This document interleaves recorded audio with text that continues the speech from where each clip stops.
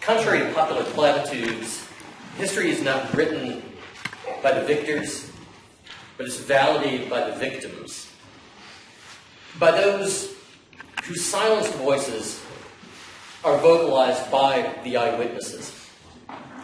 Now, we can hear and we should heed the command to remember. Memory is essential, but it is not sufficient in itself. Our deference to memory must fuel our impetus to action. Antisemitism, especially as it relates to its ultimate destructive culmination in the Holocaust, is not simply a Jewish thing. It provides a precedent, a generative script that serves as a touchstone for the virus of virulent hatred. Never again? In reality, unfortunately, again and again. Cambodia, Bosnia, Rwanda, and most recently, just within the past 48 hours, I believe, the official declaration of genocide by Daesh, which most American media call Islamic State, in Syria.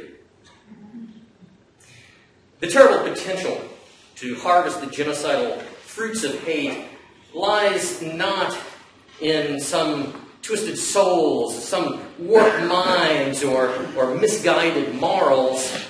The capacity to escalate hate, to aid and abet persecution, is a seed that lies fallow in all bystanders, and not just in the perpetrators. In people just like us, who sleep soundly in the confidence that, well, we could never perform such dastardly deeds, just as the professoriate said in Germany, as they gladly acquired the positions that Jewish professors were no longer allowed to occupy. You see, we sleep soundly, and we sit idly by. You know, bigotry is disturbingly easy. Bigotry makes one feel big. Victimize others, so at the same time, you can valorize yourself.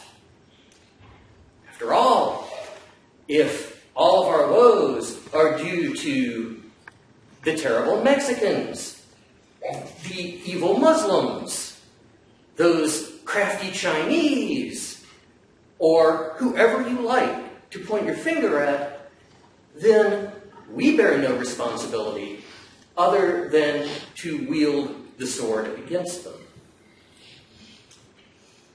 Antisemitism, anti-other, is convenient. We need not reflect on ourselves. We need not do anything. No, we need not do anything except blame. Blame those people, which in this case just happen to be Jews.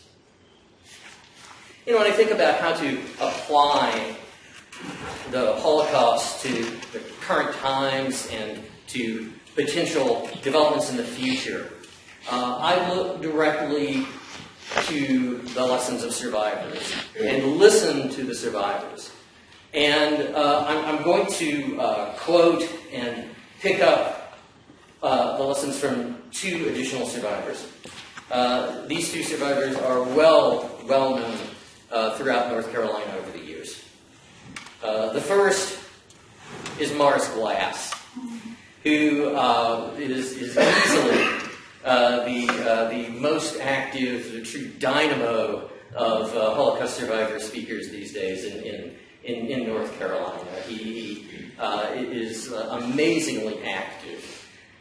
And in every one of his presentations, in his memoir, in his testimony for the USC Shoah Foundation, he always says his basic line to remember, his lesson, I am my brother's keeper.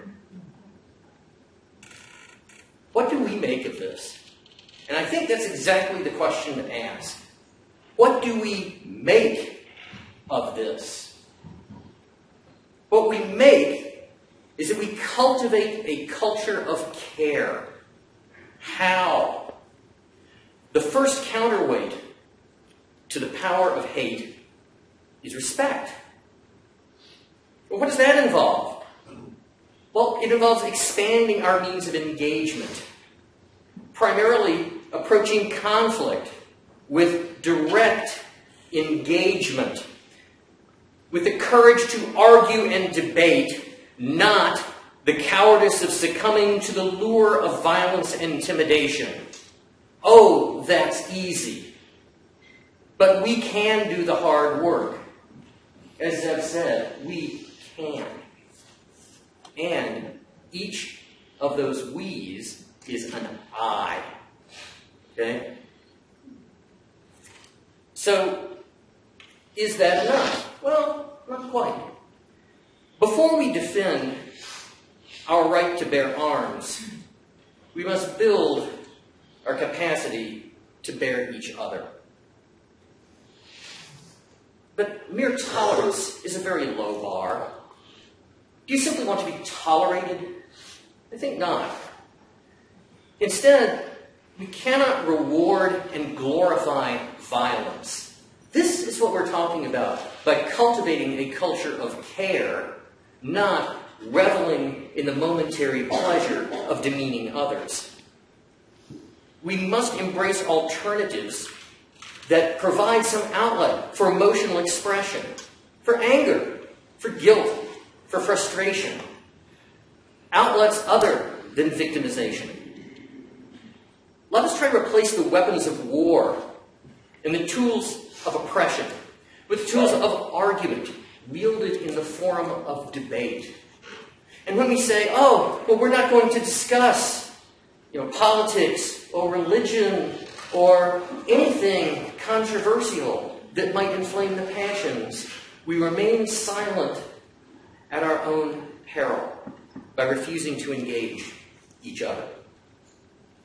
It was interesting that the title for this event was From Persecution to Genocide, and reflecting on the phrase that my fine colleague Karl Schleunes here really sort of popularized, I guess, on the Twisted Road to Auschwitz. The Twisted Road to Auschwitz, remember, was built brick by brick. It wasn't paved in one fell swoop. And the cumulative path of the little indignities that seemed insignificant at the time, but laid a foundation for estrangement, and then separation, and then marginalization, and then exclusion, and then extermination, can be stopped. Oh, sure, at the moment it's very easy to go along and snicker at the racist meme that circulates about some famous African American. Or the comments talking about the questionable racial identity of someone. Or demeaning someone because they do not conform to our own expectations of how people should look or act, to easily be pigeonholed into categories that we insist on enforcing. The question then becomes, how do we place roadblocks in the road to tomorrow's Auschwitz? How do we reroute our journey so that we do not retrace the path that terminates under that looming arch, reading Arbeit macht frei? Morris makes one suggestion for what that alternative path might be. And the next suggestion comes from someone who unfortunately is no longer with us. But she definitely still has a presence. Only about a year before she died, Gisela Abramson gave a presentation here at UNCG. Every time I would talk to Gisela, she would correct me when I would say something about, well, you know, we're very interested in your story. She said, "Excuse me, Professor. I must correct you. I must be the teacher, if you will bear with me." And you never said no to Gisela. She said, "Professor, this is not a story. I am my story."